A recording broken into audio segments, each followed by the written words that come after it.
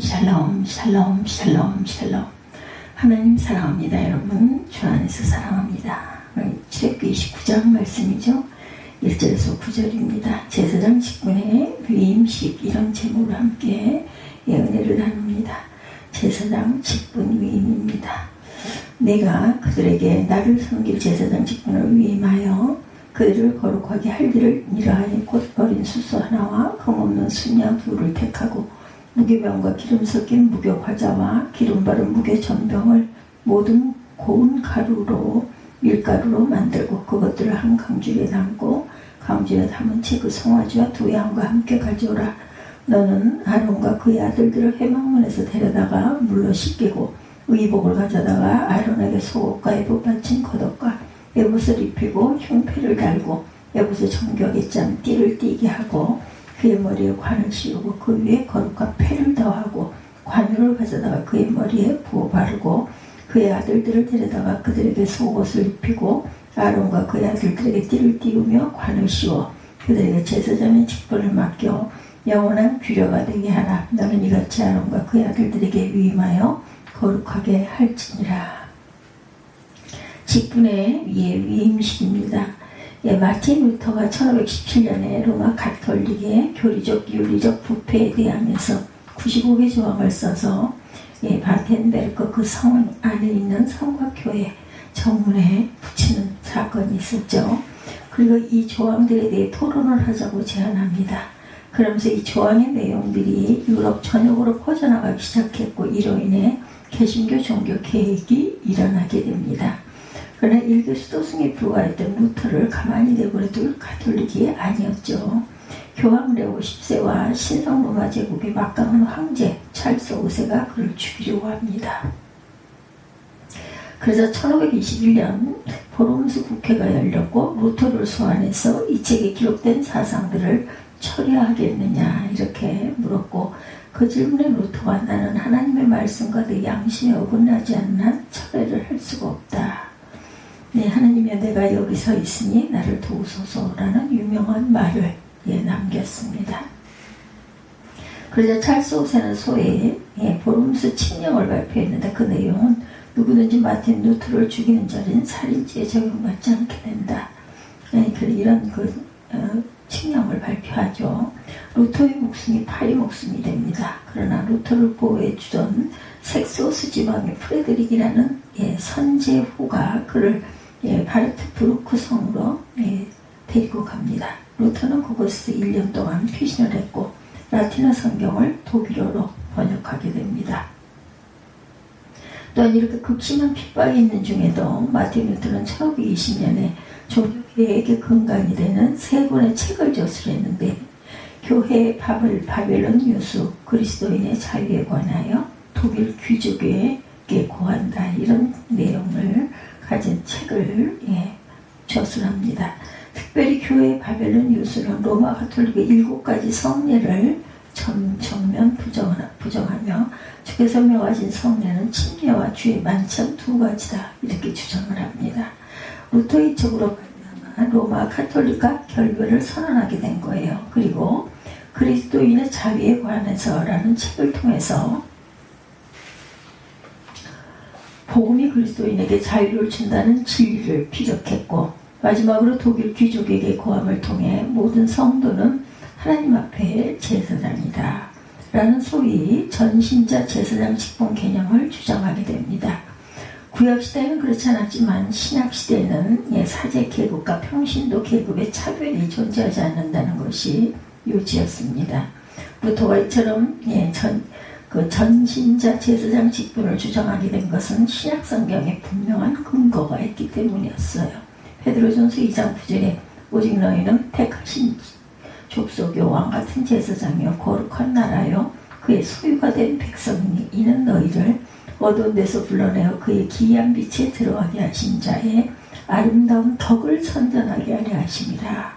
이렇게 기록되어 있습니다. 계시록 5장 10절에도 너희로 우리 하나님 앞에서 나라와 제사장을 삼으셨으니 저희가 땅에서 왕으로 타리로다 하더라 기록되어 있죠. 모든 성도들은 하나님 앞에 제사장입니다. 따라서 성도는 하나님 앞에 직접 나아가 기도할 수 있고 하나님께 직접 영광도 돌릴 수 있는 제사장이라는 것이죠. 이것이 전신자 제사장 직분의 개념입니다. 어떤 분은 만인 제사장직이라고도 말을 하는데 이것은 만인이란 단어가 불신자를 포함한다고 오해할 수 있으니 정확한 용어가 아닙니다. 출애굽기 19장 6절에 너희가 내게 대하여 제사장 나라가 되며 거룩한 백성이 되리라. 너는 이 말을 이스라엘 자손에게 고할지니라. 이렇게 기록되어 있어요. 여기서 제사장 나라는 제사장 있는 나라라는 의미가 아니라 모든 백성이 제사장 되는 나라라는 의미죠. 그런데 구약시대에는 이것이 실현 불가능했습니다. 당시에는 오직 아론의 후손만 제사장이 될 수 있었기 때문입니다. 그러나 신약시대 예수 그리스도가 오심으로 모든 하나님의 백성들, 예수 그리스도를 믿어 구원받은 하나님의 자녀들이 제사장이 되므로 출애굽기 19장 6절 말씀이 영적으로 온전히 실현이 된 것입니다. 출애굽기 29장은 제사장 위임식에 관한 말씀이에요. 위임이란 말은 영어로 델레제이션이라고 하는데 이 단어의 뜻은 나의 권한을 내게 나누어 준다 이런 말입니다. 그러나 여기 제사장들의 위임식은 델레제이션을 의미하지 않습니다. 권한의 위임이 아니라 헌신과 봉헌을 뜻하는 컨세러렉션에 가깝습니다. 이 단어는 출애굽기 28장 41절에 처음 등장했고 29장의 두 번째로 언급이 됩니다. 출애굽기 28장 41절에 처음 그리고 29장의 두 번째. 이 제사장 위임식은 모세가 가지고 있는 권한을 나눠준다는 개념이 아니고 하나님이 특별히 택하시고 구별하셔서 헌신되도록 세우신다 이런 의미를 갖고 있습니다. 컨세렉션은 원래 왕이 왕권의 보석을 장식하는 의미를 가지고 있기 때문에 이것은 마치 왕이 왕관의 보석을 장식하는 의식과 같은 것이다 이렇게 할 수가 있어요. 스가랴 9장 16절에 이날에 그들의 하나님 야훼께서 그들을 자기 백성의 양떼같이 구원하시리니 그들이 멸류관의 보석같이 야훼 땅에 빛나리로다 이렇게 기록되어 있습니다. 멸류관의 보석이라고 했어요. 금으로 된 멸류관을 상상해 봤을 때 얼마나 멋져요. 그런데 하나님이 자기 백성을 그 멸류관에 박힌 보석이다 이렇게 명명하신 것입니다. 출애굽기 19장은 아론과 그의 아들들의 위임식이 동시에 진행되는 것을 보여줍니다. 아론은 대제사장으로서 예수 그리스도를 예표하는 인물이었어요. 그리고 아론의 아들들은 제사장으로서 신약시대의 모든 성도들을 예표합니다. 그러니 아론은 대제사장으로 예수 그리스도, 아론의 아들들은 제사장으로 모든 성도를 예표하는 것이다. 거룩하신 하나님과 죄인을 중보할 수 있는 존재는 하나님도 알고 인간도 알아야 한다. 신성도 가져야 하고 인성도 가져야 합니다. 그러므로 하나님과 인간 사이를 중재할 수 있는 분은 신성과 인성을 동시에 지니신 그리스도 한 분뿐이십니다. 디모데전서 2장 5절에 하나님은 한 분이시오 또 하나님과 사람 사이에 중보도 한 분이시니 곧 사람이신 그리스도 예수라 이렇게 기록되어 있어요. 그러면 이 이론은 어떻게 대제사장이 될 수 있을까? 아론이 하나님과 인간 사이의 참 중보자가 아니에요. 그런 참 중보자를 예표하는 인물인 것이죠. 오늘은 제사장의 위임식에 대해 살펴보면서 하나님이 멸류관의 보석으로 삼으신 왕같은 제사장 된 모든 성도들에게 주신 은혜가 무엇인지 7가지로 나누어 살펴보도록 합니다. 첫 번째, 제사장은 하나님의 특별히 택하신 사람들이다. Adopted people입니다. 제사장은 아론과 그의 아들들만 될 수 있어요. 하나님의 택하심을 받지 못한 자는 거룩한 제사장이 될 수 없습니다. 그러면 하나님은 왜 아론과 그 아들들을 선택하셨을까? 그 이유는 알 수 없어요. 그것은 하나님의 주권에 속한 일이고 하나님이 하신 주권적인 사역을 인간이 비판하거나 판단할 수는 없습니다. 오늘날 누가 참 성도가 될 수 있을까? 마찬가지입니다. 오직 하나님의 택하심을 받은 사람들만 참된 성도가 될 수 있다. 하나님의 택하심을 받지 못한 사람은 복음을 들어도 믿어지지가 않아요. 아무리 성경을 읽어도 그 내용이 믿어지지가 않습니다. 그리고 하나님을 섬기는 일이 우스꽝스러운 일로 여겨지게 된다는 것이죠. 그것은 모두 하나님의 택하심을 받지 못해서, 믿음을 선물로 받지 못해서 그런 것이다. 오직 하나님의 택하심을 입은 사람만이 참된 성도가 될 수 있다. 로마서 8장 29절에서 30절입니다. 하나님이 미리 아신 자들로 또한 그 아들의 형상을 본받게 하기 위하여 미리 정하셨으니 이는 그로 많은 형제 중에서 맏아들이 되게 하심이라. 또 미리 정하신 그들을 부르시고 부르신 그들을 또한 의롭다 하시고 의롭다 하신 그들을 또한 영화롭게 하셨느니라. 이렇게 기록합니다. 하나님의 선택에 대한 교리는 성경의 위대한 진리가 되죠. 그러면 왜 하나님이 어떤 사람은 택하시고 어떤 사람은 버리셨을까? 그 이유는 알 수가 없어요. 하나님의 주권에 속한 일이고 인간이 비판에 받지 아무 소용이 없는 일이다. 인간은 그 앞에 복종하는 것. 요한복음 6장 44절에 나를 보내신 아버지께서 이끌지 아니하면 아무라도 내게 올 수 없으니 오늘 그를 내가 마지막 날에 다시 살리리라. 이렇게 기록되어 있어요. 아버지께서 이끌어 주셔야만 예수께 나아갈 수 있는 것이다. 하나님의 택하심이 있어야만 예수를 믿을 수 있다는 의미입니다. 로마서 11장 5절에도 그런즉 이와 같이 이제도 은혜로 택하심을 따라 남는 자가 있느니라. 이렇게 기록되어 있어요. 택하심을 따라 남은 자만 참된 믿음을 갖게 된다라는 것. 북왕국 이스라엘의 7번째 왕이었던 아합이 나라를 통치할 때 그는 이세벨이라는 악한 아내와 함께 이스라엘 백성들을 바알신을 숭배하도록 합니다. 표면적으로는 북이스라엘의 온 백성들의 바알신을 숭배하고 배교한같이 보였지만 그런 악조건 속에서도 하나님이 택하셔서 남은 자가 7천이나 있다. 이렇게 기록되죠. 하나님의 택하심을 받은 남은 7,000명의 사람들이 야훼 하나님을 향한 참된 신앙을 지키고 있었다는 것이에요. 그러므로 하나님의 선택과 하나님의 주권을 부정하는 신학과 신앙은 모두 하나님의 말씀에 순복하지 않은 인본주의적 신앙이다. 두 번째, 제사장은 불투명의 물로 깨끗이 씻음을 받은 사람들입니다. washed people입니다. 출애굽기 19장 4절에 너는 아론과 그 아들들을 회막문으로 데려다가 물로 씻기고 라고 기록되어 있죠. 물두멍은 번제단과 성막 사이에 있는 기구인데 큰 세수대야처럼 생겼어요. 그곳에 있는 물로 아론과 그 아들들을 씻기라는 것이죠. 모세가 그들을 목욕시키는 것입니다. 신약시대 모든 성도들은 모두 예수 그리스도의 피와 말씀으로 씻김을 받은 존재들이에요. 우리는 이미 목욕을 한 존재들이죠. 영적인 목욕을 한 존재들이다.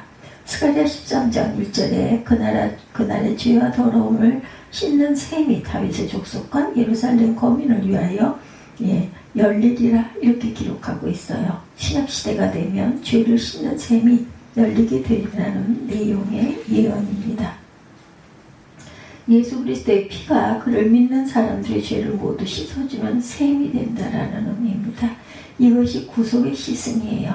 또 디도서 3장 5절에 우리를 구원하시되 우리를 행한 바 의로운 행위로 말미암지 아니하고 오직 그의 긍휼하심을 쫓아 중생의 씻음과 성령의 새롭게 하심으로 하셨으니 라고 기록되어 있어요. 중생의 씻음, washing of resurrection이죠. 이것은 성령께서 성도들의 더러움을 씻어 새 사람이 되게 하시는 사역을 가리킵니다. 우리가 예수를 믿기 전에는 술 마시고 바람피고 죄를 짓고 우상 숭배도 했어요. 이렇듯 우리 속에는 타락한 본성이 있어서 귀신들이 역사하게 되죠. 그러나 그리스도를 믿음으로 귀신이 떠나가고 우리 속에 성령이 들어오셔서 새롭게 변화시켜요. 이것이 중생의 씻음이다. 에베소서 5장 26절에도 이는 곧 물로 씻은 말씀으로 깨끗하게 하사 거룩하게 하시고 라고 기록되어 있어요. 말씀으로 깨끗하게 하신다. 성도는 그리스도의 피와 말씀으로 깨끗하게 하시는 능력으로 정결해진 존재들입니다. 그러나 제사장들은 신발을 신지 않고 일하기 때문에 날마다 발을 씻어야 된다. 예수님도 베드로에게 예수께서 가라사대 이미 목욕한 자는 발밖에 씻을 필요가 없느니라. 온몸이 깨끗하니라 너희가 깨끗하니 더는 아니니라 하시니 요한복음 13장 10절이죠. 이미 목욕한 사람은 발만 씻으면 된다는 것이죠. 우리는 이미 목욕한 자들이기 때문에 지옥에 가지 않습니다. 그러나 계속해서 범죄하면 하나님의 일을 제대로 감당할 수가 없어요. 쓰임을 받을 수가 없습니다. 예수를 믿기 전에 지은 죄는 목욕으로 씻는 것이고 믿은 후에 짓는 죄는 발을 씻어서 죄 용서함을 받는 것이다. 우리는 성소에 들어가서 일을 할 수 있는 정결한 제사장이 되어야 합니다. 제사장은 모세로부터 합당한 의복을 입힌 사람들이죠. 이 제사장은 모세가 입혀준 합당한 의복만 입고 일을 해야 합니다. 우리는 일반 제사장이 고위를 입고 길에 흰 세마포 옷을 입고 가슴에 띠를 띠어 옷을 단정하게 한 후 머리에 관을 쓰고 일을 했다고 살펴보았어요. 예, 고위를 입고 겉에 흰 세마포 옷을 입고 가슴에 띠를 띠어서 옷을 단정하게 한 후 머리에 관을 쓰고 일을 했다는 것. 그리고 대제사장은 일반 제사장들의 복장 위에 청색 겉옷을 입고 그 위에 목과 판결 흉패를 잡니다. 머리에는 터번과 같은 관을 쓰고 야훼께 성결이라고 쓰인 띠를 두르고 일을 했어요. 이 모든 의복은 모세가 다 입혀줍니다. 이것은 제사장의 바른 옷을 착용하고 일을 해야 하는 사람들이라는 것을 증거하죠. 또한 제사장들이 스스로 만든 옷은 아무것도 없었음을 알 수 있어요. 모두 하나님이 디자인하신 의복을 입는 것이다. 그리고 하나님이 모든 의복을 준비해 주셨어요. 하나님은 우리에게 천국에 들어갈 수 있도록 의의 옷을 모두 예비해 주시는 분이다. 의의 옷을 입지 못한 사람은 천국에 들어갈 수가 없습니다. 이 옷은 우리가 만드는 것이 아니라 하나님의 독생자 예수 그리스도께서 완벽하게 의로운 삶을 사심으로 그를 믿는 자들에게 전가하실 의의 옷을 준비해 주시는 것입니다. 갈라디아서 3장 27절에 누구든지 그리스도와 합하여 친일을 받은 자는 그리스도로 옷 입었느니라 이렇게 기록하죠. 이사야 61장 10절에도 내가 야훼로 인하여 크게 기뻐하며 내 영혼이 나의 하나님으로 인하여 즐거워하리니 이는 그가 구원의 옷으로 내게 입히시며 의의 겉옷으로 내게 더하시니 신랑이 사모를 쓰며 신부가 자기 보물로 단장함 갖게 하셨느니라 이렇게 기록되어 있습니다. 하나님은 구원의 옷을 우리에게 입혀주시는 분이다. 천국은 착한 사람이 가는 곳이 아니에요. 의의 옷을 입은 사람이 가는 곳입니다. 착해서 천국 가려면 우리는 도대체 얼마나 착해야 하는 것일까요? 타락만큼이라도 죄가 없어야 합니다. 그러나 그런 사람은 이 세상에 존재하지 않습니다. 우리 모두는 예수를 믿고 그분이 준비해 주신 의의 옷을 입어야 되죠. 마태복음 22장 11절 12절에 임금이 손을 보러 들어올세 거기서 예복을 입지 않은 한 사람을 보고 가로되 친구여 어찌하여 예복을 입지 않고 여기 들어왔느냐 하니 저가 유구무원이거늘 이렇게 되어 있습니다. 임금이 자기 아들 혼인잔치에 사람들을 초청했는데 오질 않아요. 그래서 길에 나가서 만나는 대로 초청을 했죠. 그 잔치는 반드시 예복을 입어야 했는데 한 사람이 예복을 입지 않고 돌아다니는 것입니다. 그래서 임금이 묻죠. 어찌해서 너는 예복을 입지 아니하느냐. 그랬더니 그는 입이 있으나 아무 말도 대답하지 못하는 것이에요. 그래서 임금이 그 사람의 수족을 결박하여 바깥 어두운 곳 지옥에 떨어지게 했어요. 의의 옷을 입지 않고 천국에 들어갈 수 있는 방법은 전혀 없습니다. 그러므로 성도는 반드시 그리스도께서 준비해 주신 의의 옷을 입었다는 구원의 확신을 가지고 살아야 합니다. 제사장은 머리에 기름 부음 받은 사람들이죠. 7절에 관유를 가져다가 그 머리에 부어 바르고 라고 기록되죠. 관유를 만드는 방법은 출애굽기 30장 22~23절에 자세히 기록되어 있습니다. 모략, 육개, 창포, 계피 및 감람기름을 섞어서 만들죠. 하나님은 모세에게 장막에 사용되는 모든 기구에 관유를 바르고 아론과 아들들에게도 바르게 하라고 말씀합니다. 그들의 옷에도 발라 그들을 거룩하게 해서 제사장 직분을 행하게 하라 지시하시죠. 그래서 시편 133편 2절에 머리에 있는 보배로운 기름이 수염 곧 아론의 수염에 흘러서 그 옷깃까지 내린 같고 이렇게 기록되어 있습니다. 신약시대의 모든 성도들은 성령의 기름 부음을 받은 존재들이다. 모든 성도들이 성령의 충만을 받은 것은 아닐 수 있지만 최소한 성령의 기름 부음 받은 사람들이다. 요한일서 2장 20절입니다. 너희는 거룩하신 자에게서 기름 부음을 받고 모든 것을 아느니라 말씀하세요. 성령의 내주를 성령의 기름 부음이다 이렇게 말하는 것이죠. 기름 부음이 이미 우리에게 내주해 있다. 그러니까 성령의 기름 부음을 가지고 자신의 영적인 우월감을 주장하거나 자신이 특별한 존재인 것을 자처한다면 그것은 아니죠. 두말할 나위가 없습니다. 이단입니다. 그 사람 마음속에 교만함이 가득해서 나는 너희와 다르다고 말하고 있어요. 아주 못된 사상이죠. 제사장 중에 기름 부음을 받지 못한 아론의 아들들이 있었는가? 없었어요. 예, 모두 받았어요. 그리고 기름 부음은 어떤 신체적인 특별한 경험을 의미하지는 않습니다. 예, 찬양 인도자가 황홀경에 빠져서 몸에 진동이 올 수 있고 방언이 터질 수도 있습니다.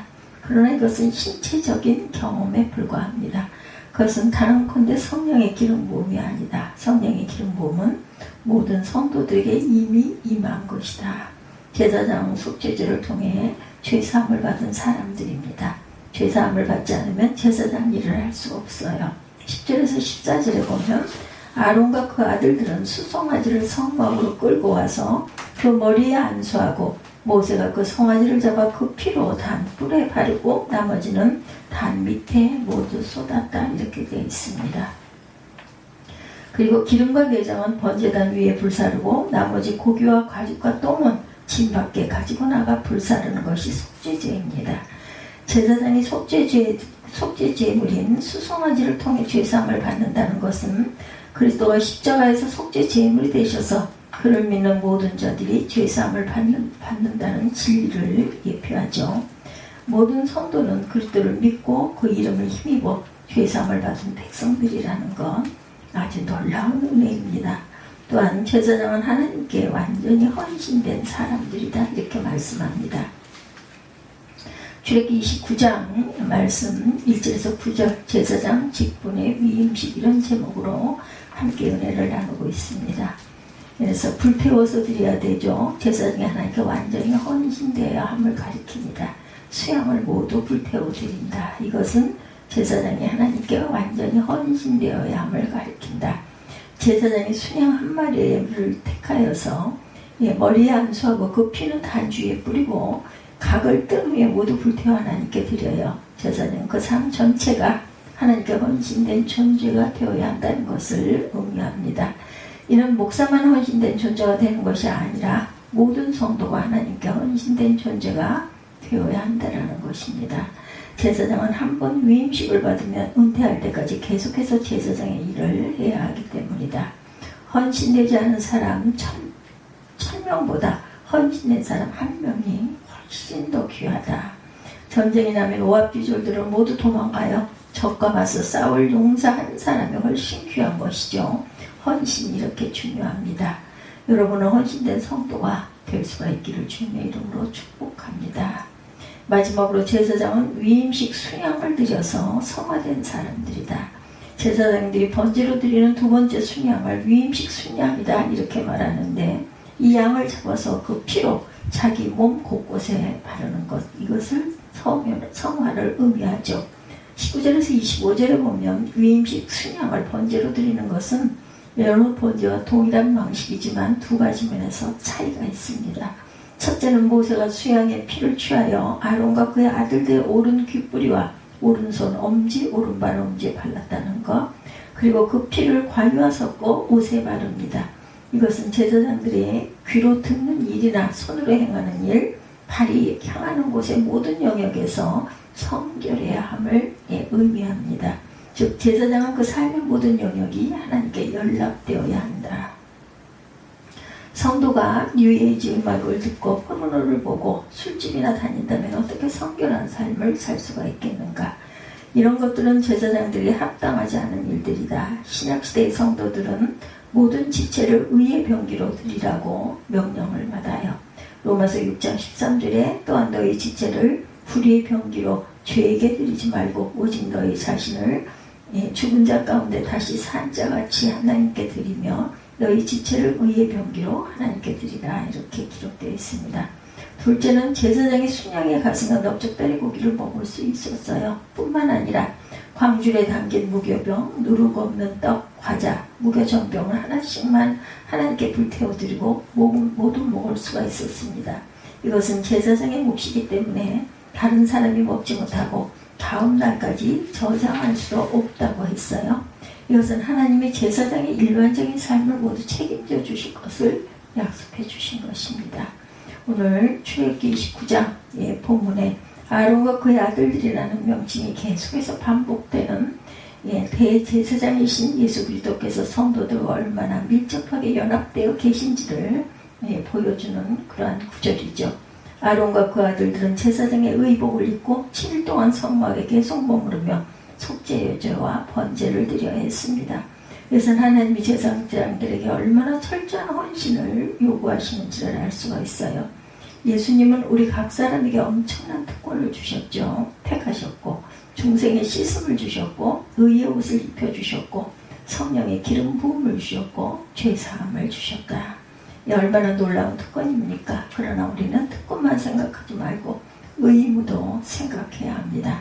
하나님은 제사장들에게 조속으로 상번제를 드리고 모든 지체를 의의 병기로 드려서 기록하고 거룩하고 성화된 사람으로 살아가라 말씀하죠. 이것이 오늘 우리에게 주시는 의무의 말씀입니다. 특권을 받은 사람은 의무도 수행하라는 것이죠. 우리 모두는 왕같은 제사장이라는 사실을 깨닫고 하나님 앞에 탁월한 제사장으로서의 사명을 감당하는 성도들이 될 수 있기를 주님의 이름으로 축복합니다. 오늘 출애굽기 29장 1절에서 9절 제사장 직분의 위임식 이런 제목으로 함께 은혜를 나눴습니다.